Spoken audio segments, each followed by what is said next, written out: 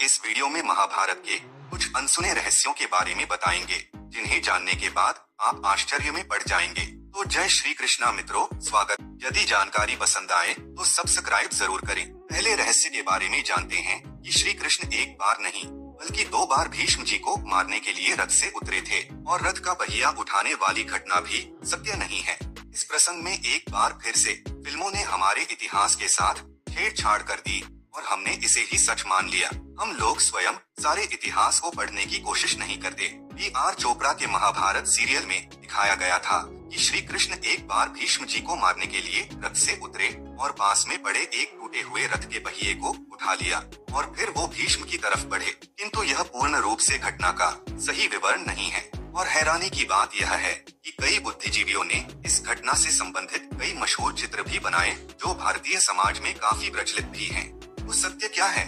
महाभारत के इतिहास को बारीकी से पढ़ने पर मुझे यह ज्ञात हुआ कि श्री कृष्ण एक बार नहीं बल्कि 2 बार अपने रथ से उतरकर भीष्म जी को मारने के लिए बढ़े थे, और दोनों में से एक बार भी उन्होंने रथ के पहिए को नहीं उठाया था। पहली बार जब वह रथ से उतरे तब श्री कृष्ण के हाथ में घोड़ों को हाँकने वाली चाबुक थी, और दूसरी बार जब श्री कृष्ण रथ से उतरे थे तब उनके हाथ में उनका पराक्रमी सुदर्शन चक्र था। दोनों ही बार अर्जुन ने श्री कृष्ण को रोक लिया था और उन्होंने श्री कृष्ण से निवेदन किया था कि वह अपनी युद्ध न करने की प्रतिज्ञा को न तोड़े।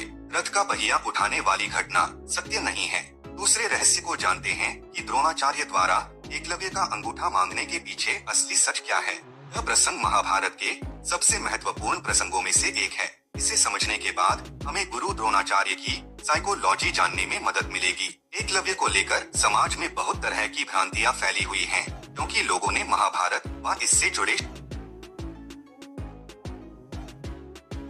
शास्त्रों का गहनता से अध्ययन ही नहीं किया, और गुजरते समय के साथ जिसने जो लिख दिया लोगों ने उसे ही सत्य मान लिया। और जैसा कि अक्सर होता है, लोग अपने अपने हिसाब से इतिहास को बताने की कोशिश करते हैं। तो आइए जानते हैं कि आखिर वो घटनाक्रम और परिस्थिति क्या थी। गुरु द्रोणाचार्य अपने आश्रम में कौरवों और पांडवों को शस्त्र विद्या सिखा रहे थे।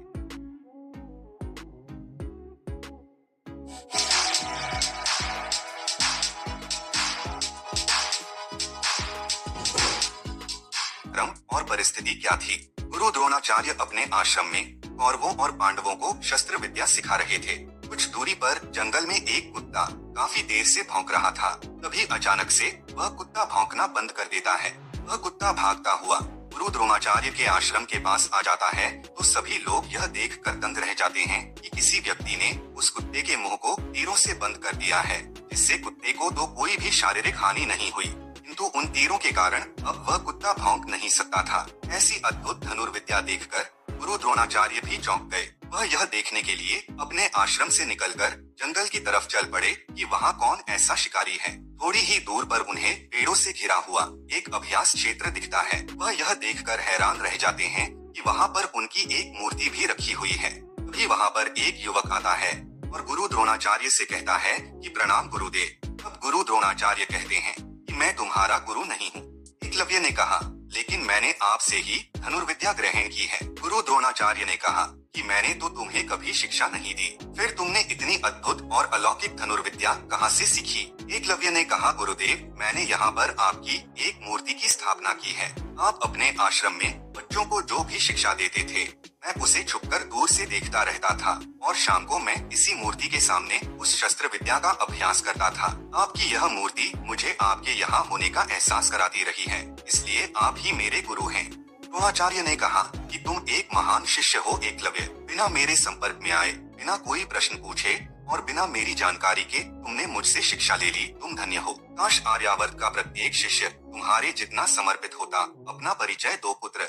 एकलव्य ने कहा कि मेरा नाम एकलव्य है, मैं निषाद राज हिरण्यधनु का पुत्र हूँ। द्रोणाचार्य ने कहा कि तुम एक श्रेष्ठ धनुर्धारी हो, परंतु तुम यह तो जानते ही होगे कि अपने गुरु को गुरु दक्षिणा दिए बिना शिक्षा अधूरी मानी जाती है। एकलव्य ने कहा, मैं जानता हूँ, मैं आपको गुरु दक्षिणा देने के लिए सज्ज हूँ, बताइए आपको क्या दूं? द्रोणाचार्य ने कहा, रहने दो वत्स, तुम मेरी गुरु दक्षिणा नहीं दे पाओगे।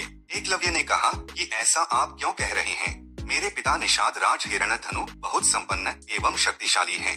आप जो भी मांगोगे मैं उसे देने का पूर्ण प्रयास करूंगा। द्रोणाचार्य ने कहा कि ठीक है, यदि तुम इतना आग्रह कर ही रहे हो तो गुरु दक्षिणा के रूप में तुम मुझे अपने दाएं हाथ का अंगूठा दे दो। एकलव्य यह जानता था कि गुरु द्रोणाचार्य ने उससे जीवन की एक बहुत ही महत्वपूर्ण चीज मांग ली है। अपने दाएं हाथ का अंगूठा देने के बाद एकलव्य धनुष का प्रयोग ठीक प्रकार से कर ही नहीं पाएगा। इसके बावजूद भी बिना कोई प्रश्न किए एकलव्य ने अपने गुरु को अपना अंगूठा काटकर समर्पित कर दिया। पर एकलव्य की धनुर्विद्या छीनने के पीछे गुरु द्रोणाचार्य की क्या साइकोलॉजी थी? आज भी कई विद्वान लोग गुरु द्रोणाचार्य के ऊपर प्रश्न उठाते हैं कि उन्होंने ऐसी गुरु दक्षिणा क्यों मांगी जिससे उनके शिष्य की विद्या ही खत्म हो जाए। कई लोग यह कहते हैं कि एकलव्य नीची जाति का था, इसलिए गुरु द्रोणाचार्य नहीं चाहते थे कि ऐसा व्यक्ति धनुर्धारी बने। लेकिन मित्रों, यह बिल्कुल गलत धारणा है। जात पात को मानने वाले लोगों को यह बात जानकर बहुत हैरानी होगी कि गुरु द्रोणाचार्य के आश्रम में कई अन्य जाति के शिष्य भी शिक्षा ग्रहण करने आते थे, जिनमें कई सूत पुत्र भी शामिल थे, जैसे कर्ण आदि।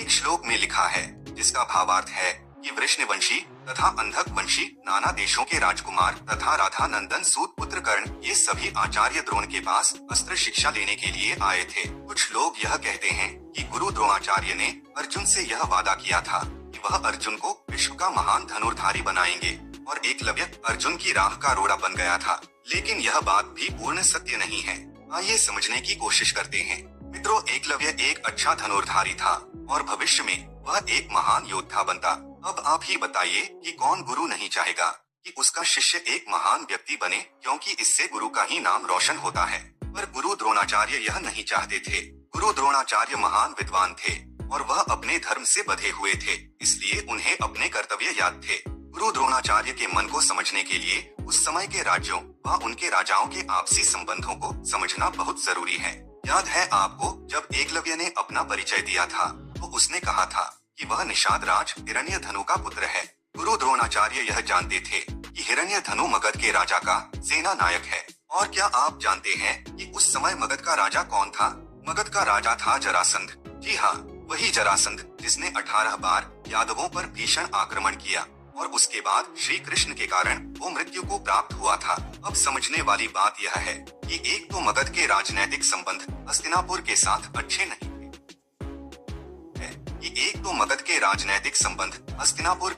अच्छे नहीं थे और दूसरा पांडवों की माता कुंती श्री कृष्ण की रिश्तेदार भी थीं। इसलिए आने वाले भविष्य के हालातों को देखते हुए गुरु द्रोणाचार्य इस योजना को बनाने के लिए अपने धर्म के हाथों मजबूर हो गए। वह जानते थे कि एकलव्य भविष्य में अपनी अद्भुत धनुर्विद्या का प्रयोग हस्तिनापुर के खिलाफ अवश्य करेगा और एकलव्य जैसे महान धनुर्धारी के रहते मगध की सेना को हराना मुश्किल हो जाता।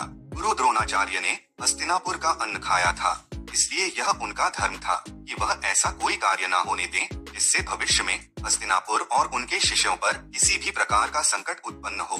एकलव्य के साथ जो हुआ मैं उसका समर्थन नहीं करता, किंतु महाभारत के हर पात्र की यही तो विडंबना है कि श्री कृष्ण को छोड़कर कोई भी पात्र यह निर्णय नहीं ले पाता था कि वह अपने धर्म का साथ दे या सामने दिख रही परिस्थिति का। तीसरे रहस्य को जानते हैं कि भगवान श्री कृष्ण ने दुर्योधन को अपनी प्रिय नारायणी सेना क्यों दी, जबकि वह जानते थे कि युद्ध में कौरवों के साथ उनकी सेना का भी वध हो जाएगा।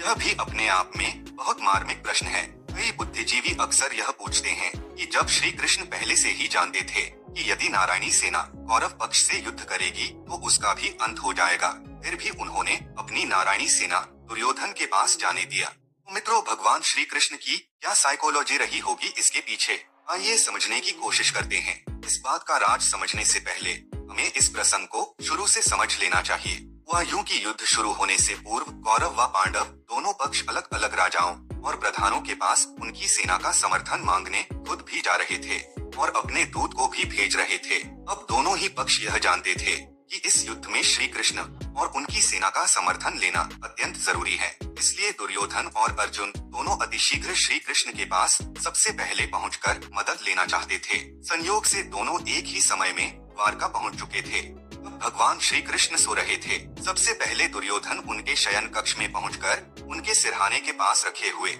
सिंहासन पर बैठ गया। उसके बाद अर्जुन ने प्रवेश किया और वह हाथ जोड़कर उनके पैरों की ओर खड़े हो गए और उनके उठने की प्रतीक्षा करने लगे। मित्रों, यह भगवान श्री कृष्ण की ही नीति थी कि उन्होंने अपने शयन कक्ष में एक सिंहासन को अपने सर के पास रखा हुआ था। वो जानते थे कि यदि अर्जुन पहले अंदर प्रवेश करते तब भी अर्जुन उनके सर के पास रखे सिंहासन पर नहीं बैठते, क्योंकि यह शिष्टाचार के विरुद्ध होता है। परंतु दुर्योधन ने अपनी मति अनुसार सिंहासन पर बैठना ही उचित समझा। अब यह तो जाहिर सी बात थी कि श्री कृष्ण के जागने पर उनकी दृष्टि सिंहासन पर न जाकर सामने पैरों के पास ही सबसे पहले जाती, और फिर वही हुआ। श्री कृष्ण के जागने पर सबसे पहले उनकी नजर अर्जुन पर गई और फिर उन्होंने दुर्योधन को देखा। उन्होंने दोनों का सत्कार करके आने का कारण पूछा। तब दुर्योधन ने कहा कि हमारा युद्ध पांडवों के साथ होने वाला है, उसमें आपको हमारी सहायता करनी होगी। सहायता मांगने सबसे पहले मैं आया हूँ और सत्पुरुष उसी का साथ देते हैं तो सबसे पहले आता है। तब श्री कृष्ण ने कहा कि आप सबसे पहले आए, परंतु देखा तो सबसे पहले मैंने अर्जुन को ही है, इसलिए अब मैं दोनों की ही सहायता करूंगा। अर्जुन तुम छोटे हो, इसलिए सबसे पहले चुनने का अधिकार तुम्हें है। एक और मेरी नारायणी सेना है जो अति बलशाली और हर युद्ध में निपुण है, उसके सैनिक अत्यंत शक्तिशाली हैं, और दूसरी ओर सिर्फ मैं रहूंगा, किंतु ना तो मैं युद्ध करूंगा और ना ही शस्त्र धारण करूंगा। अर्जुन तुम दोनों में से जिसे चाहो चुन लो। मित्रों, अब यहाँ पर यह बात भी विचारणीय है कि श्री कृष्ण ने सबसे पहले अर्जुन को ही चुनने के लिए कहा, क्योंकि युद्ध में पांडवों का साथ देने से पहले वह यह सुनिश्चित कर लेना चाहते थे कि पांडव श्री कृष्ण के प्रति पूर्ण समर्पित हैं भी कि नहीं। फिर वही हुआ जैसा कि श्री कृष्ण ने सोचा था। अर्जुन ने श्री कृष्ण का चुनाव किया और दुर्योधन को उनकी नारायणी सेना मिल गई। दुर्योधन खुश था कि उसने नारायणी सेना प्राप्त करके युद्ध को जीत लिया है। वहीं दूसरी तरफ अर्जुन श्री कृष्ण को प्राप्त करके अत्यंत प्रसन्न थे। अर्जुन ने श्री कृष्ण से कहा कि वह सदैव से यही चाहता था कि श्री कृष्ण युद्ध भूमि में उनके सारथी बने। अब प्रश्न यह उठता है कि जब श्री कृष्ण यह बात जानते थे कि कौरवों का युद्ध में संपूर्ण विनाश हो जाएगा और साथ में उनकी नारायणी सेना का भी, तब भी उन्होंने अपनी प्रिय नारायणी सेना दुर्योधन को क्यों दिया? इसका जवाब हमें महाभारत इतिहास के पन्नों में दर्ज एक कथा से मिलता है। उसके अनुसार एक दिन राजा कुरु एक विशाल जमीन के टुकड़े को अपने हाथों से हल चलाकर जोतने लगे। यह वही राजा कुरु थे जिनके वंश में आगे चलकर कौरवों और पांडवों का जन्म हुआ। राजा कुरु एक महान धार्मिक व्यक्ति थे। वह बहुत तेजस्वी थे और देवता भी उनको एक महान सत्पुरुष मानते थे। जब राजा कुरु स्वयं हल से जमीन जोतने लगे तो देवलोक में इस अजीब घटना का प्रचार हुआ। तब एक देवता वहां पहुंचे और उन्होंने राजा कुरु से ऐसा करने का कारण पूछा। तब कुरु ने कहा कि मैंने जीवन में जो भी अच्छे कर्म किए हैं उसके कारण जो प्रताप मेरे पास एकत्रित है, उसी प्रताप से मैं इस भूमि को जोत रहा हूँ, ताकि भविष्य में जो भी व्यक्ति इस भूमि पर अपने प्राण त्यागे उसे स्वर्ग ही प्राप्त हो। गुरु की यह बात सुनकर देवता वापस देवलोक गए और वहां इस घटना का कारण सभी को बताया। गुरु की बात सुनकर देवता आपस में यह मंत्रणा करने लगे कि यदि उस भूमि के टुकड़े पर मरने मात्र से लोगों को स्वर्ग मिलने लगा तो लोग धार्मिक कार्यों को महत्व देना बंद कर देंगे। कोई भी पापी हजारों पाप करके उस भूमि पर प्राण त्याग करके स्वर्ग पहुंच जाएगा। यह तो बहुत अनुचित होगा। राजा कुरु को भूमि जोतने से मना करने का कई बार प्रयास हुआ, किंतु कुरु एक हठ योगी की भांति हल से जोतते रहे। अंत में देवता राजा कुरु के पास आए और कहा, देखो कुरु, सिर्फ इस भूमि पर मरने मात्र से स्वर्ग मिलने लगा तो धरती पर पाप पुण्य का संतुलन बिगड़ सकता है। फिर भी हम यह वचन देते हैं कि कोई भी प्राणी यदि इस भूमि पर बिना अन्न ग्रहण किए मर गया या युद्ध के दौरान लड़ते हुए मर गया, उसे अवश्य ही स्वर्ग की प्राप्ति होगी।